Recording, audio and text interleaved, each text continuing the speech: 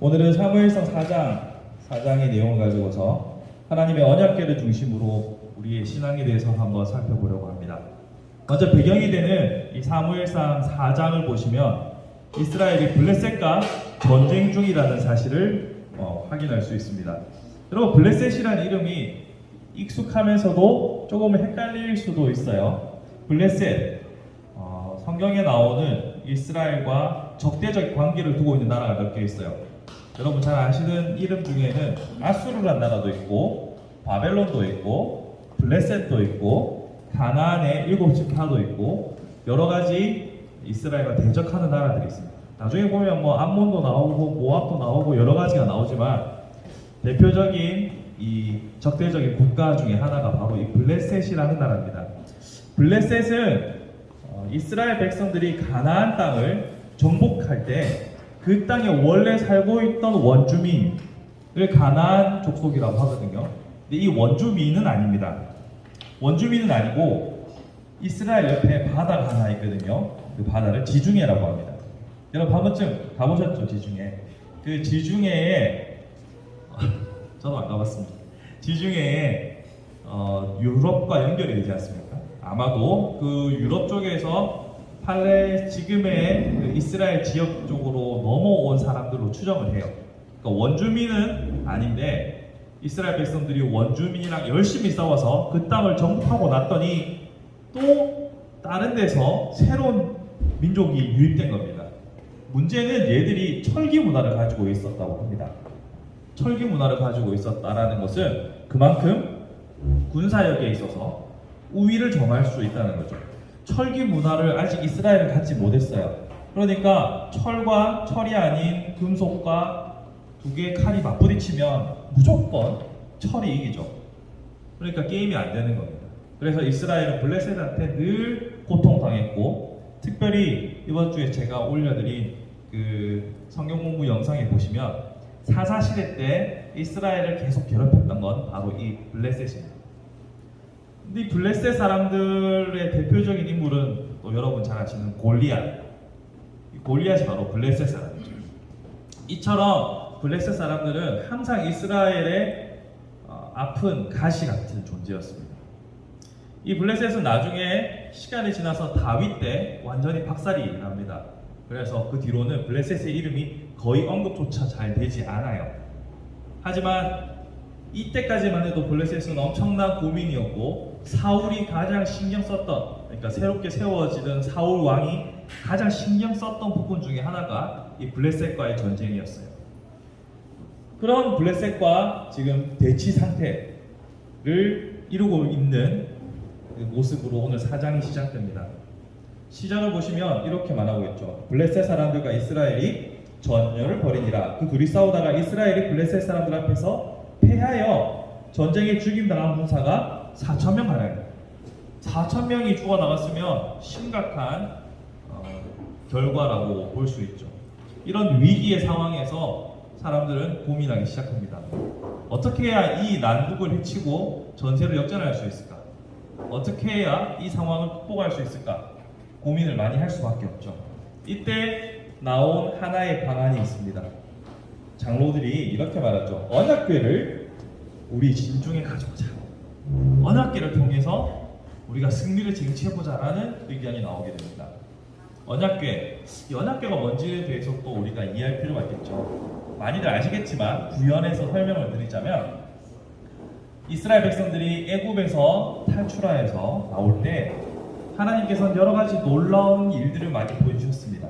10가지 재앙부터 시작해서 하늘에서 음식이 내려오고 만나가 내려오고 지팡이에서 싹이 나기도 하고 하나님께서 돌판에 말씀을 새겨서 주시기도 합니다. 이런 일들에 다 하나님의 살아계심과 역사가 담겨있는 기록들이죠. 기념물들이고 상징적인 물건들입니다. 이 하늘에서 내려왔던 음식 만나와 그리고 아론의 지팡이에서 싹이 났었더라 했어요. 그 싹난 지팡이와 하나님께서 말씀을 주신 이 돌판이 담겨있는 나무 상자, 이 궤가 바로 언약궤라는 겁니다. 이 언약궤가 이스라엘에 계속해서 존재하고 있었어요. 이때까지만 해도요. 그리고 이 언약궤는 지성소라는 아주 구분된 공간에만 존재하고 있었어요. 그러니까 사람들이 엄청 귀한 것으로 여겼겠죠. 그렇지만 하나님께서는 이 언약궤를 특별하게 대하시긴 했지만 하나님께서 하시고자 하는 본질은 이 언약궤에 어떤 영험한 힘을 준다거나 어떤 이것을 통해서 미신처럼 사용하는 것을 원치 않으셨어요. 이것은 하나님께서 이스라엘 사랑한다는 증거였고, 여기 이 증거를 통해서 하나님은 이스라엘과 만나서 이야기를 하셨다는 거죠. 제사장이 1년에 한 번씩 구분된 성소에 들어가서 그 언약궤가 있는 자리에서 하나님과 대화하는 곳이었어요. 그래서 제가 어떻게 하면 이 언약궤를 우리가 쉽게 이해할 수 있을까 예화를 많이 고민을 해봤거든요. 그래서 고민 끝에 떠오른 아이디어가 바로 결혼 반지예요. 자, 결혼 반지는 두 사람이 결혼을 할 때 서로의 사랑과 결혼이라는 이 약속을 확증하는 하나의 상징이죠. 절대로 이 반지가 사랑을 더욱더 불타오르게 한다거나 사랑을 곤고하게 한다거나 이 반지가 마법적으로 우리의 마음을 움직이지 않습니다. 물론 반지를 잃어버리면 곤란해질 수 있습니다.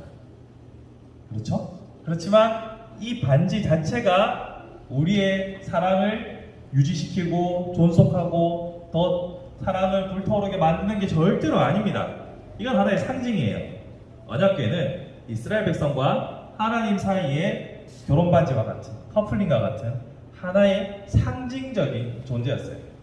그 상징을 통해서 부부가 이 반지를 통해서 서로 교감하고 관계가 깊어지는 하나의 매개가 될 뿐이지, 그 반지 자체가 어떤 미신적인 힘이 있는 게 아니잖아요. 이스라엘 안에서도 이 언약궤는 하나님과 이스라엘 백성 사이의 깊은 관계를 상징하는 하나의 상징이었을 뿐이지 이게 어떤 영험한 힘을 가진 것은 아니었어요. 그럼에도 불구하고 이스라엘 사람들은 이게 우리 안에 있으면, 이 언약궤가 우리 군대 안에 들어오면 우리는 이길 것이다.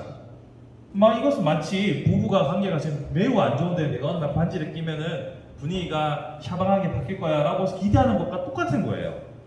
잘못 이해하고 잘못 사용하고 있는 거죠. 바로 이런 이스라엘의 무지함이 결국은 처음에는 제가 4,000명 죽었다고 했잖아요. 나중에 보시면 더 많이 죽어나갑니다. 마지막에 우리가 읽었던 10절 말씀에 보면 이스라엘 보병에 엎드려진 자가 3만 명이었으니 결과는 더 처참했습니다. 그리고 그 언약궤를 뺏겼어요. 근데 더 흥미로운 사실은 맨 처음에 이 언약궤가 들어오니까 이스라엘 백성들 안에서 사기가 엄청 올라가가지고 분위기가 다른 거예요. 저쪽 편에서 이스라엘 군대를 딱 보니까 분위기가 다른 거예요. 갑자기 막 열기가 막 들썩들썩하고 막 전쟁에서 당장 싸워 달려올 것 같은 그런 분위기가 피어나는데 왜 그러냐 보니까 언약궤가 왔다는 거예요. 근데 흥미롭게도 그 언약궤를 설명하는 것이 블레스 사람들의 입을 통해서입니다. 오늘 본문을 보시면 이렇게 말합니다.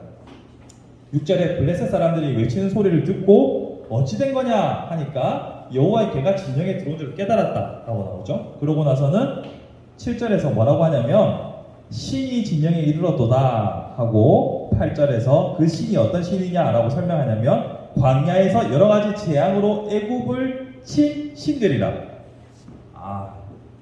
지금 이스라엘 백성의 하나님이 어떠한 일을 하셨는지 블레셋도 알아요. 그리고 이스라엘도 알겠죠. 그런데 둘 다 바르게는 이해하지 못했어요. 블레셋이 아는 것은 그까지만 해도 꽤 많이 안다고 할 수 있죠. 근데 이스라엘은 하나님을 제대로 몰랐어요. 이게 무슨 말인고 하면 아까 제가 반지를 말씀드렸던 것처럼 하나님께서는 반지는 너와 나의 관계의 상징일 뿐이지 나는 너와 관계하고 싶다라고 분명히 말씀하셨는데 이스라엘 백성들은 하나님과 관계하지 않았어요. 그냥 반지만 있으면 됐던 거예요. 그게 어디서 나타나냐면 지금 이 4장 우리가 읽었던 본문 전체에서 이스라엘 백성 중에 그 누구도 이 전쟁의 상황에서 하나님께 기도하는 사람이 없다는 거예요. 단 한 명도 하나님께 기도하는 장면이 안 나옵니다. 그냥 자기 생각에 법궤 가져가면 이 언약궤 가져가면 될 거야. 그럼 이길 것 같아. 라고 자기 나름의 방법들을 얘기했지 아무도 기도한 사람이 없어요. 단 한 명도요. 장로라고 하는 사람들도, 그리고 지도자라고 하는 엘리의 두 아들 홈리와 비나스, 원래 얘들이 좀 개판이긴 하지만 아무도 기도하지 않았어요. 지금 여기 이 자리에서 지금 이 순간 하나님께서 우리에게 무엇을 요구하시는가에 대해서 아무도 묻지 않고, 하나님께서 어떤 방법을 우리에게 알려주실까 아무도 묻지 않고, 그저 자신들의 방법을, 하나님의 방법을 묻지 않고 자신들의 방법대로 언약궤 가져와가지고 어떻게든 해보려고 했던 거예요. 그러니까 하나님의 이름은 블레셋 사람들의 입에서도 나왔고 또 이스라엘 백성들의 입에서도 나왔지만 정작 하나님의 방법과 하나님의 생각, 하나님의 마음은 아무도 신경 쓰지 않았어요. 아무도 하나님의 마음을 알려고 하지 않았어요. 아무도 기도하지 않았어요. 그 결과가 뭡니까? 4,000명 일단 기본으로 깔고 3만 명 추가로 사망하신 거죠. 여러분, 여기서 우리가 주목해야 되는 게 있습니다. 우리는 하나님과 소통이 끊어지고 하나님과 교제가 끊어지면 우리 나름의 방법들을 가지고서 여러 가지 길들을 찾게 마련입니다. 누구든지 문제는 해결해야 될 거 아닙니까? 지금 내가 당면하고 있는 문제 답을 찾아야 되고 문제를 극복하고 해결해야 되는 거죠. 맞습니다. 그렇지만 하나님과의 교제가 끊어진 상태로 내가 답을 찾아가게 되면 하나님의 뜻과는 상관없는 길로, 하나님의 뜻과는 맞지 않은 길로 언제든지 우리는 넘어갈 수 있어요. 또 이렇게 하나님을 염두에 두지 않고 살아가는 사람들의 특징, 제가 이스라엘 백성의 삶이 곧 한 민족의 삶이자 동시에 우리 개인의 삶의 모습이라고 말씀드렸죠. 기도하지 않고 내 임의로 살아가는 삶이 우리의 삶에서 나타나게 된다. 그 결과 실패가, 처참한 실패가 우리 앞에 다가올 수도 있는 거죠. 사랑하는 성도 여러분, 잘 생각하셔야 됩니다. 하나님을 알지 못하는 우리 주변 사람들도요, 하나님이 어떤 분인지 대충은 말할 수 있어요. 블레셋 사람들처럼요. 우리가 굳이 증거하지 않아도 사람들의 마음속에 막연한 두려움도 있습니다. 세상 사람들이 아무리 개독교라고 기독교를 욕하고 그렇게 해도 마음 한켠에 가지고 있는 두려움은 있습니다. 왜냐하면 그들이 두려워하는 하나의 신이니까요. 하나님도. 그럼에도 불구하고 우리는 하나님을 하나님으로 인정하지 못할 때가 참 많습니다. 이 말은 뭐냐면 하나님이 내 삶을 주도적으로 이끌어 가시게 하는 게 아니라 내가 주도적으로 내 삶을 이끌어가면서 그냥 보조적인 수단으로 하나님을 생각하는 경우가 생기게 되죠. 그렇게 되면 우리는 이스라엘과 똑같은 길을 가는 겁니다. 우리는 역사에서 배워야 합니다. 역사의 과오를 통해서 내가 동일한 과오를 범하지 않도록 배워야 합니다. 지금 이 순간 전쟁의 위기 속에서 단 한 사람의 기도한 사람도 없었다는 사실에서 우리는 경각심을 가져야 합니다. 만약 여러분들이 기도하고 있다면 하나님 이거 주세요, 이거 주세요, 도와주세요 이런 기도 좋지만 하나님께서 원하시고 기뻐하시는 뜻이 무엇인지 분별하게 해주세요. 기도하셔야 됩니다. 저번 시간에 말씀하셨던 것처럼 하나님의 언어에 익숙해질 뿐만 아니라 하나님께 간구함으로 하나님이 주시는 통찰력과 지혜로 바른 길이 무엇인지 고민하고 모색하며 끊임없이 교제하고 소통해야 합니다. 하나님은 그냥 저기 멀리 떨어져 있는 어떤 한 존재가 아닙니다. 하나님은 지금 나와 관계하고 싶어하는 나의 사랑하는 누군가처럼 하나님은 지금 나와 소통하고 싶어 하시고 나와 만나고 싶어 하신다는 사실을 기억해야 합니다. 하나님이라는 존재를 이해하는 것은 참 어렵습니다. 왜냐하면 사람처럼 우리가 친밀한 관계를 맺기에도 우리가 하나님이 보이지 않으니까 어렵고, 신으로 인정하려고 해도 신에 대해서 우리는 털끝만큼도 온전히 이해할 수 없기 때문에 하나님을 온전히 이해한다는 것은 인간적인 측면에서도 영적인 측면에서도 불가능에 가깝습니다. 그래서 어렵습니다. 하지만 포기하지 않으셔야 합니다. 나를 간절히 찾는 자가 나를 만날 것이고, 그게 바로 우리 주님의 말씀이지 않습니까? 여러분들이 마음과 뜻을 다해서 하나님의 뜻을 알려고 애쓰고 노력하는 자에게는 하나님께서 어떠한 방법으로든지 만나주시고 답을 주시고 그들에게 하나님의 영광을 드러내실 것입니다. 말씀을 정리해 볼게요. 오늘 이스라엘 백성들은 환란 가운데 어려움 가운데 하나님의 방법, 하나님의 뜻, 하나님의 모든 것들에 대해서 전혀 관심이 없었습니다. 그냥 자기들이 생각하기에 이게 좋겠다라고 하는 것만 했을 뿐입니다. 결과는 실패입니다. 이스라엘 백성 가운데 단 한 명의 기도한 사람이 없었다는 것이 바로 이것을 증명하죠. 여러분의 삶 가운데서 하나님을 좀 더 인격적으로 만나며 그분과 소통하며 반지가 아니라 진짜 사랑의 관계를 만들어 갈 수 있기를 바랍니다. 진정한 사랑의 관계를 내가 만들어야겠다라는 목표가 생기면 먼저 그 나라와 그 일을 구하는 것이 되고 그 모든 것을 이루시는 하나님의 역사를 보게 될 줄로 믿습니다.